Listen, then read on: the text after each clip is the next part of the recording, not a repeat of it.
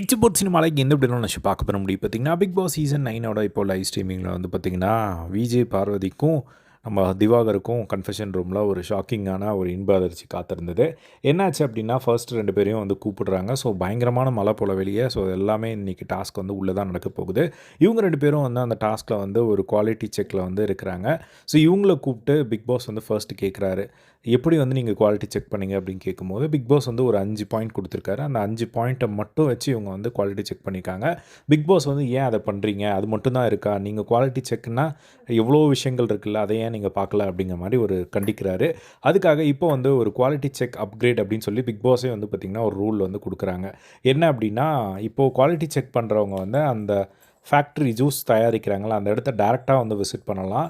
So visit பண்ணும்போது அவங்க வந்து இவங்களை எப்படி உபசரிக்கிறாங்க, வெல்கம் பண்ணுறாங்க, அதே மாதிரி அந்த ஒரு விஷயத்த வந்து இவங்க கன்சிடர் பண்ணிக்கலாம். அதுக்கப்புறம் இவங்களுக்கு தேவைன்னா வந்து பார்த்திங்கன்னா, குவாலிட்டி செக் பண்ணும்போது பிரேக் வேணும்னா பிரேக் எடுத்துக்கலாம்.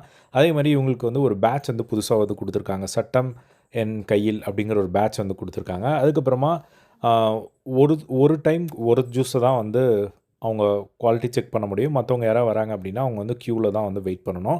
அதே மாதிரி இவங்களுக்கு குவாலிட்டி செக் பண்ணுறவங்களுக்கு எதாவது டீ, காஃபி ஏதாவது வேணும் அப்படின்னா, இவங்க வந்து அந்த ஃபேக்ட்ரி ஓனர்ஸ் கிட்ட வந்து சொல்லலாம். அவங்க வந்து பார்த்திங்கன்னா, சப்ளையர்ஸ் பாட்டில் சப்ளையர்ஸ் கிட்ட வந்து சொல்லி, அந்த சப்ளையர்ஸ் வந்து பார்த்திங்கன்னா, இவங்களுக்காக வந்து அது அவங்க என்ன கேட்குறாங்களோ, டீயோ, காஃபியோ வேறு ஏதாவது கேட்டாங்க அப்படின்னா, அதை பண்ணி தரணும். அதே மாதிரி இவங்களுக்கு வந்து பிரேக் எடுக்கும்போது வந்து இவங்க அவுட் அப்படின்னு சொல்லி போர்டு வச்சிடலாம். அப்போ வந்து யாருமே வந்து குவாலிட்டி செக்காக வந்து வரக்கூடாது.